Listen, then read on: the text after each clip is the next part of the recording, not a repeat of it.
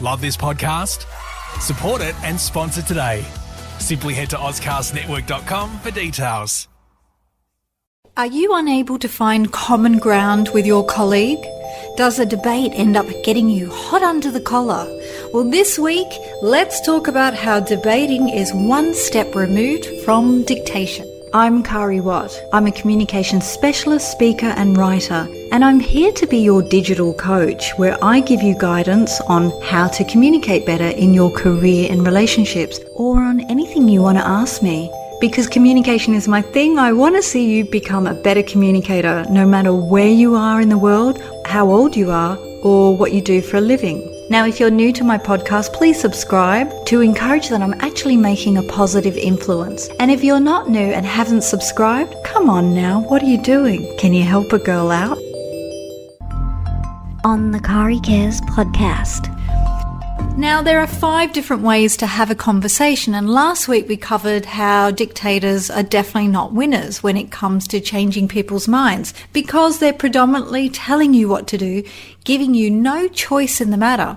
So this week we're going to cover debating, which is an argument where both people feel like they're right. Now, you're probably wondering, where is this going? But there's a method to this. I've been putting together this as a training tool to help you become a more compassionate communicator.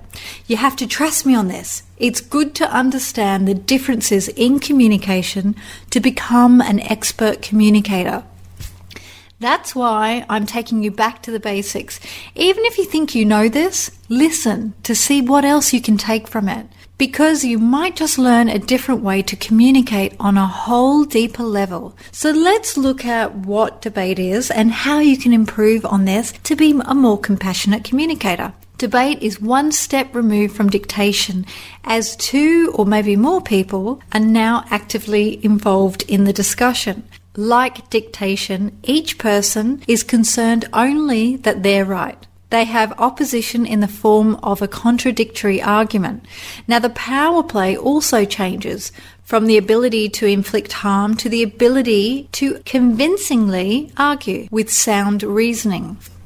For example, that's wrong. You haven't considered the numbers correctly. With twice the number of customers coming through the doors, we need 20% more base capital.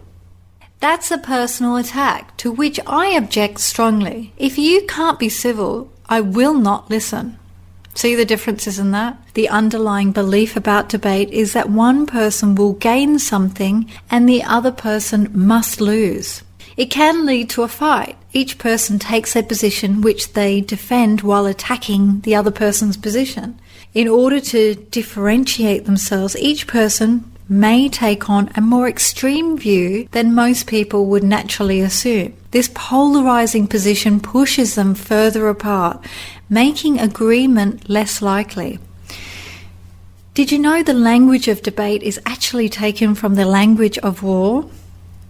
Defending positions, flanking moves and so on, military tactics are a rich seam of metaphor that describe and suggest the way debaters treat each other.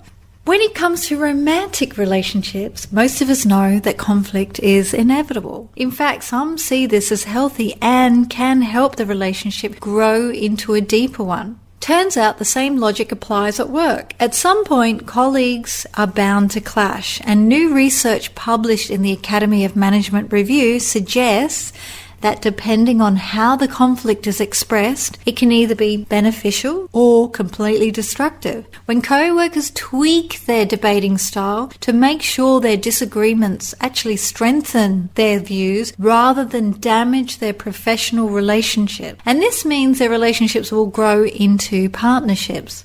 The key is to communicate your opposition clearly and avoid getting angry or launching personal attacks. The ideal situation is a debate as opposed to an in-and-out fight. For example, imagine 2 co-workers get into a debate while collaborating on a presentation. One co-worker says they should lead the discussion amongst their team. The other co-worker believes that a simple PowerPoint presentation of slides will be enough. In the best case scenario, each co-worker would calmly express their ideas and disagreement. The first point is A discussion would give people a chance to ask questions. The second view is a PowerPoint presentation would be more efficient. Then they would give the other person a chance to respond. Each one would listen to each other and carefully consider the implication. It's likely that the co-workers will come to understand each other's position and resolve the conflict and perhaps incorporate both ideas. Now, many co-workers already practice this kind of healthy debating as opposed to emotional fighting. When people engage in highly emotional fights, like shouting and personal attack, they leave people dissatisfied with their co-workers and their jobs. This can also be a cause of high staff turnover because they feel like they're not being heard.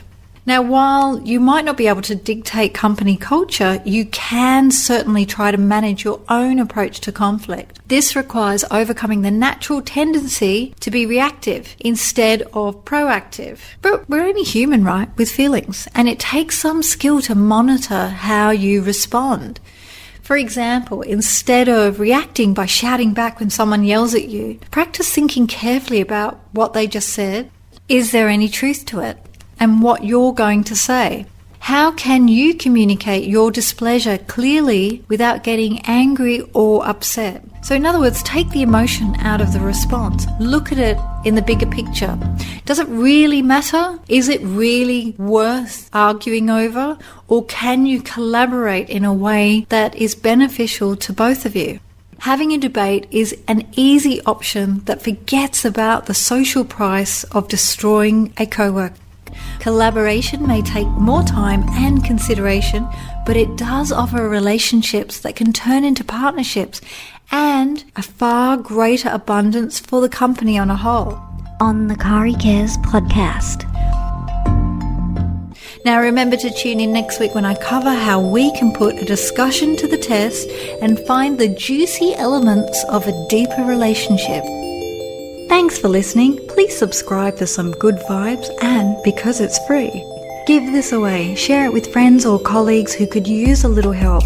Give it to them because they can listen to it privately and it may significantly change the outcome of their lives. See you next time because communication is my thing and now it's your thing. Well, I hope it's your thing. I hope it becomes your thing. Is it your thing? On the Kari Cares podcast.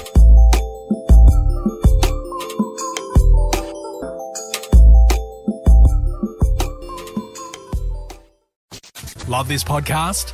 Support it and sponsor today.